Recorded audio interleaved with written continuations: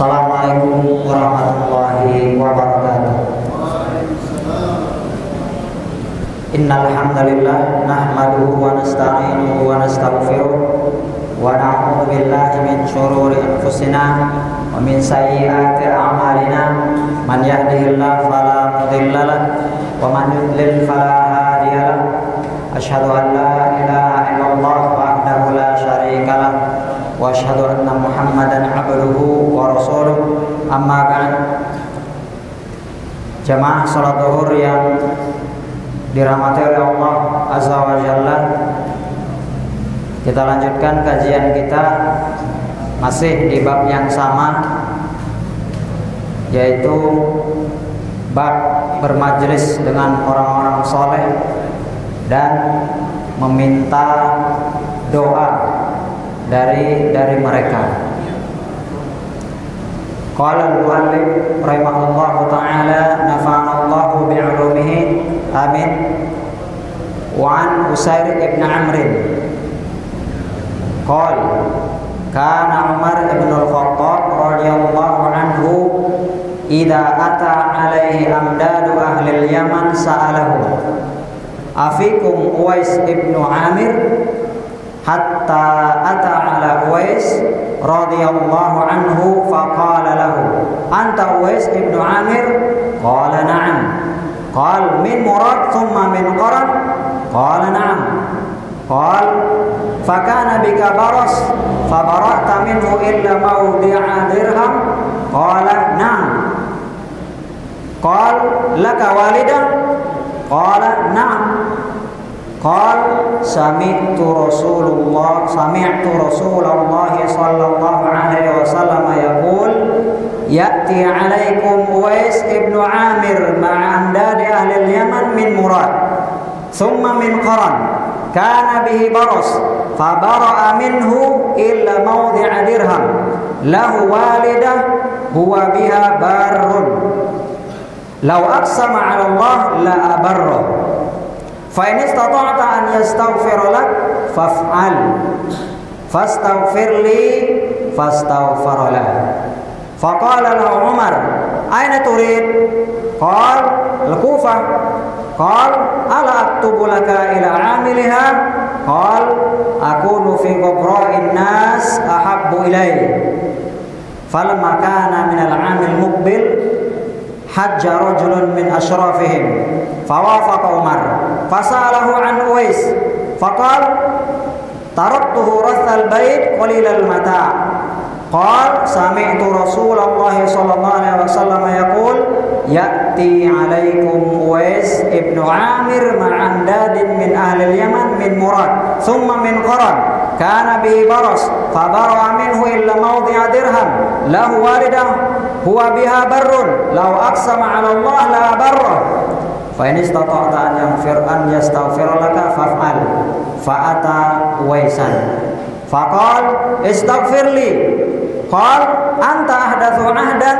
bi safarin salih fastaghfir li qala laqita Umar qala na'am fastaghfara lah fafatina lahu an-nas fantalaqa ala wajhi rawahu Muslim. Jemaah yang dirahmati Allah Azza wa Jalla, ini hadisnya panjang dan masih ada riwayat Muslim kita tidak baca, khawatir waktu kita habis. Ya. Ini hadis Masya Allah banyak sekali manfaat yang bisa kita ambil, pelajaran-pelajaran dari hadis ini. Hadis ini adalah kisah tentang Uwais al-Yamani al-Muradi al-Qurni dari Yaman, tabi'in, seorang tabi'in yang mana Nabi belum ketemu sama Uwais al-Qarni ini, tapi Nabi sudah mengatakan tentang dia. Ya. Nabi SAW pernah berkata kepada Umar tentang Uwais. Apa kata Nabi SAW tentang Uwais?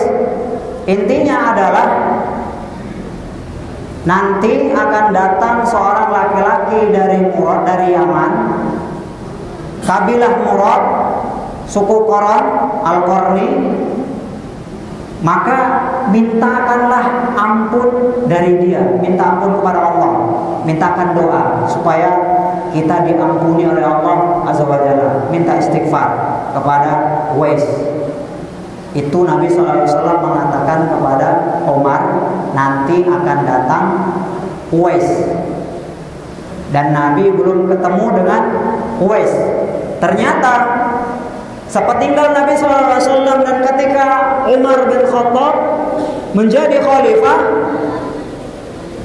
lalu Umar bin Khattab mendapati pasukan dari Yaman.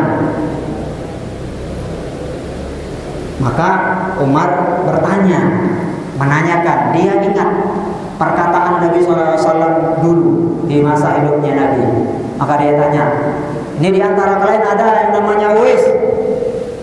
Dia tanya terus sampai dia temukan Uwais itu langsung tatap muka.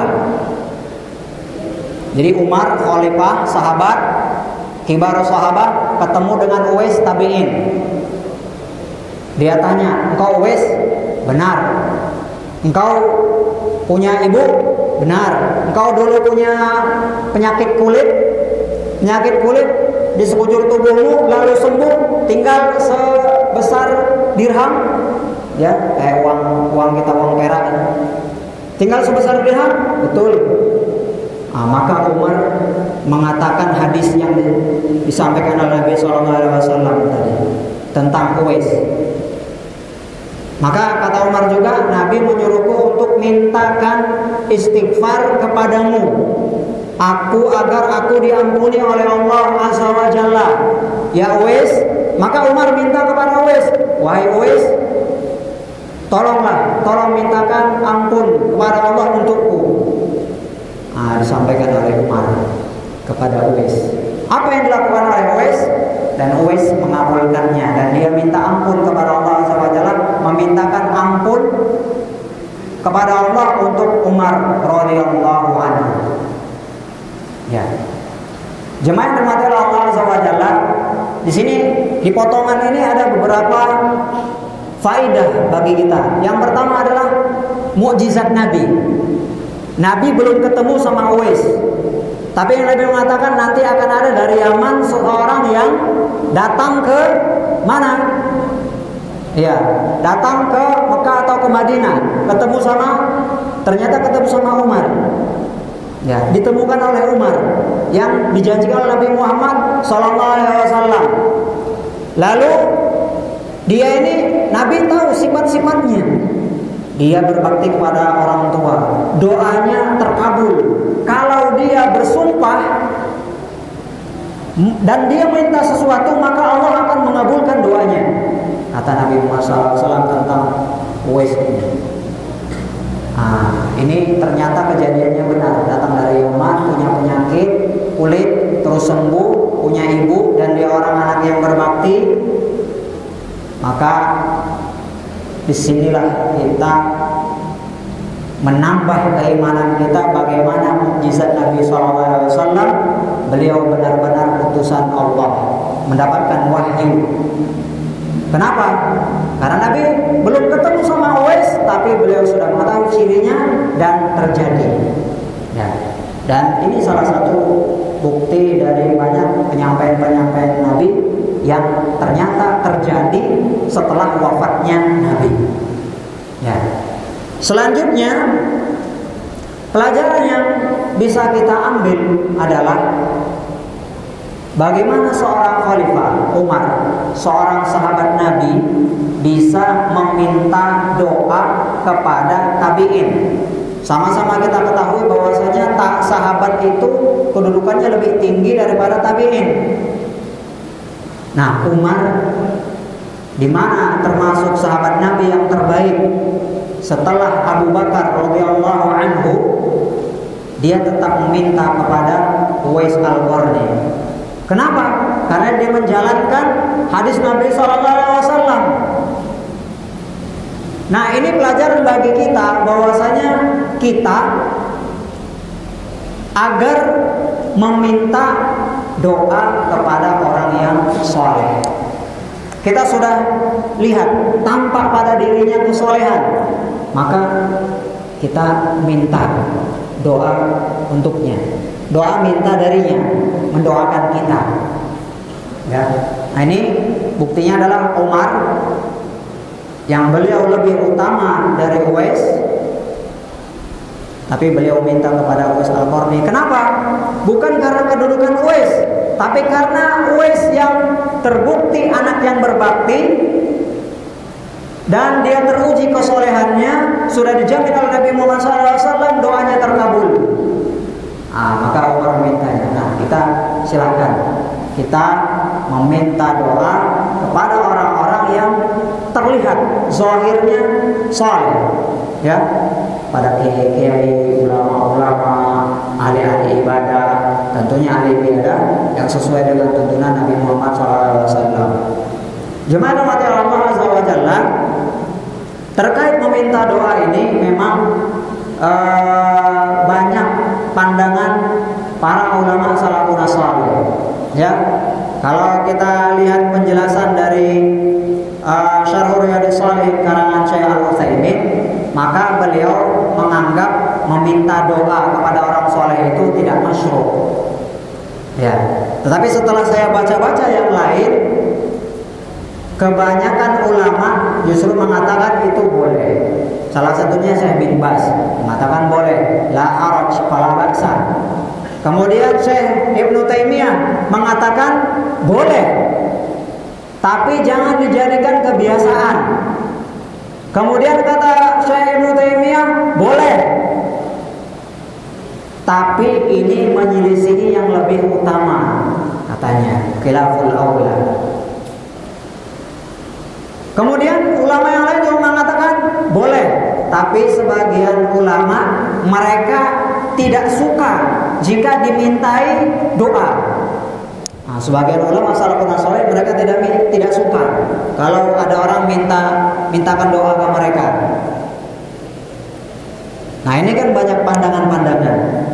Ya, tapi kita lihat ada sampai Imam Nawawi, ya, beliau menempatkan sebuah judul yang intinya adalah menyatakan ijma' bahwasanya boleh kita meminta doa dari orang-orang yang soleh.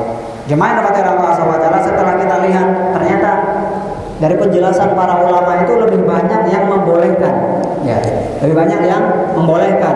Dan ini tentunya ada hadisnya, ya, kejadian Uwais ini ada hadisnya, kemudian hadis-hadis yang lain sebagaimana disebutkan bahwasanya doanya seorang muslim kepada saudaranya tanpa diketahui oleh orang yang didoakan itu termasuk doa-doa yang mustajab.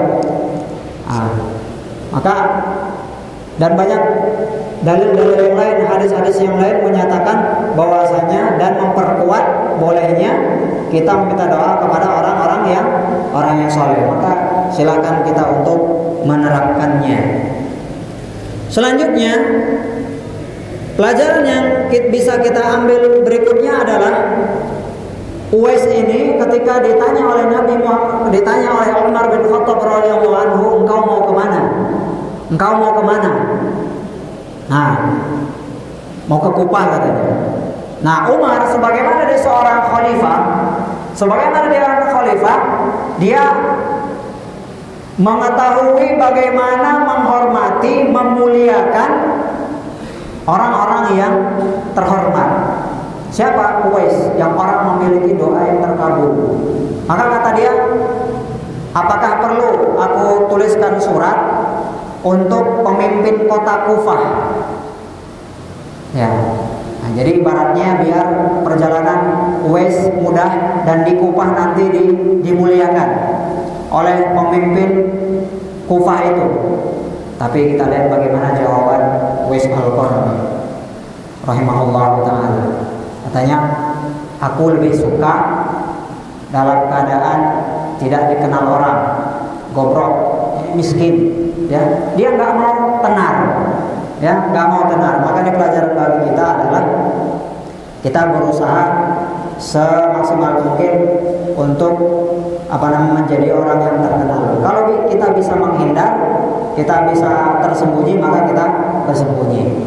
Ya, yang sangat berbahaya adalah ketika kita muncul sifat sombong dan takabur dan ujub. Ya, ujub dengan amal-amal soleh kita. Nah, sekarang kita hati-hati. Ya, Uwais Al-Qarni dulu saja yang tidak ada sosmed, ya kan? Nggak ada yang selfie, nggak ada bikin status, ya kan? Ya, nggak ada bikin Instastory. Dia sangat wanti-wanti dan dia doanya terkabul. Tapi dia wanti-wanti. Ya. Nah, kalau kita, maka kita perlu hati-hati jangan sampai setiap amal soleh kita posting. Oh, kan banyak orang yang umroh, foto dia sedang umroh di Masjidil Haram. Itu kalau dia meniatkan menunjukkan dirinya sudah umroh, dia sudah ibadah, bisa batal umrohnya. Habis uang banyak, capek, nggak dapat apa-apa, kena riya lagi, dosa riya lagi. Nah, begitu.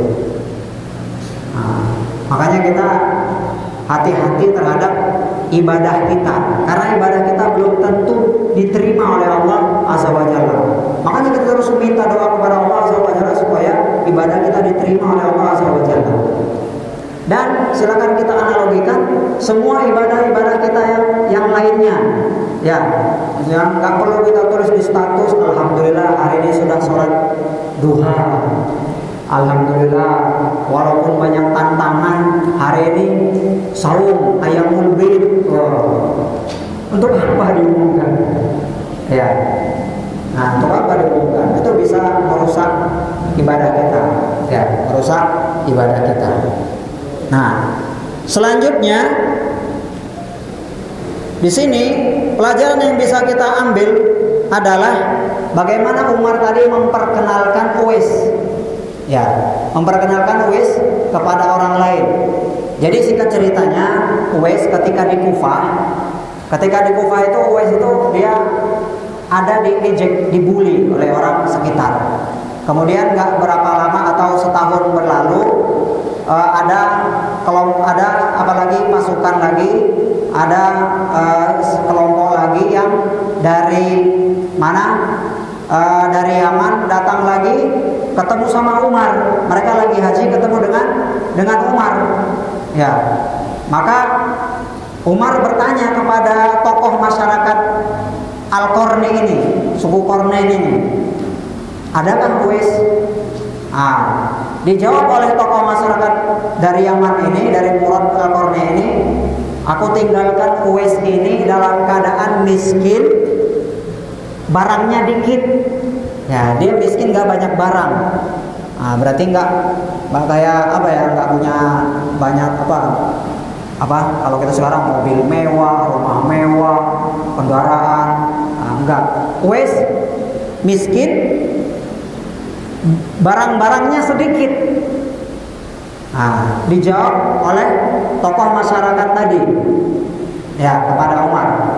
Tapi apa yang dikatakan oleh Umar? Umar mengasih tahu lagi hadis Nabi yang kita sebutkan di awal tadi, ya, tentang seorang dari Yaman namanya Uwais. Ya, dia berbakti, kalau dia berdoa, kalau dia bersumpah dan meminta akan dikabulkan oleh Allah. Dia punya sakit penyakit kulit, lalu sembuh. Lalu kita disuruh Umar disuruh untuk minta ampun, supaya Uwais memintakan ampun untuknya kepada Allah. Disampaikan Umar kepada tokoh masyarakat dari Yaman tadi. Ini bukti bahwasanya Umar memperkenalkan Uwais. Dan Umar punya semangat untuk mengajak orang lain meraih kebaikan. Maka pelajaran yang bisa kita ambil, mari kita tidak mengharapkan kebaikan untuk kita sendiri, ajak orang lain supaya bisa mendapatkan kebaikan. Maka Umar mengatakan Nabi memerintahkannya memintakan ampun kepada Uwais. Maka laki-laki tadi ini ketika dia pulang ke Yaman ketemu sama Uwais, Dia bilang kepada Uwais, "Uwais, mintakan ampun kepadaku, mintakan ampun untukku kepada Allah." Nah, kata tokoh masyarakat Yaman tadi kepada Uwais. Nah, ini pelajaran yang bisa kita ambil. Orang terinspirasi. Jadi dia minta kepada Uwais. Selanjutnya Uwais malah justru berbalik bilang, "Kamu dari haji." Ini bahasa kitanya ya. "Kamu dari haji, ini perjalanan yang soleh, penuh dengan kebaikan, amal soleh. Seharusnya kamu yang doakan saya." Nah, kata Uwais Al-Qarni, kata dia, lalu ditimpa lagi oleh Uwais, "Engkau ketemu sama Umar ya?" Nah, kata dia, "Iya." Nah, lalu Uwais memintakan ampun kepada Allah untuk tokoh masyarakat Yaman tadi. Nah, ini Masya Allah ya, bagaimana inspirasi dari Umar untuk menyebarkan kebaikan kepada umat muslim. Jemaah dirahmati oleh Allah SWT, terakhir manfaat yang bisa kita ambil adalah sapar dalam kebaikan itu bisa jadi salah satu faktor doa mustajab. Maka kalau kita sapar, maka niatkanlah atau sapar kita harus sapar-sapar yang baik. Dan di sana kita banyak berdoa. Mudah-mudahan dikabulkan oleh Allah Azza wa Jalla. Selanjutnya, salah satu hal yang penting kita lakukan adalah saling mendoakan kaum mukminin dan meminta doa dari mereka. Dan kita memintakan doa kepada mereka tanpa mereka ketahui. Mudah-mudahan dikabulkan oleh Allah Azza wa Jalla. Dan kita sebagai pendidik, jangan lupa kita selalu mendoakan santri-santri kita. Tidak cukup dengan perbuatan, ucapan, pengajaran, sikap, tapi perlu dengan doa kita. Dan bagi orang-orang tua, jangan lupa salah satu strategi ampuh supaya anak-anak kita soleh, mudah untuk diarahkan adalah banyak mendoakan mereka. Ya, dalam Al-Quran ada Rabbana hab lana min azwajina wa dzurriyyatina qurrata a'yun waj'alna lil muttaqina imama. Kita banyak doa untuk anak-anak kita, semoga diberkahi menjadi anak-anak yang berbakti dan beramal saleh kepada Allah SWT. Dan kita mendoakan santri-santri kita sebagai selaku pendidik mereka. Barakallahu fikum. Semoga Allah menjadikan kita orang-orang yang doanya terkabul. Naqtatim bi doa kafaratil majlis. Subhanakallahumma wa bihamdika asyhadu an la ilaha illa anta astaghfiruka wa atubu ilaik. Assalamualaikum warahmatullahi wabarakatuh.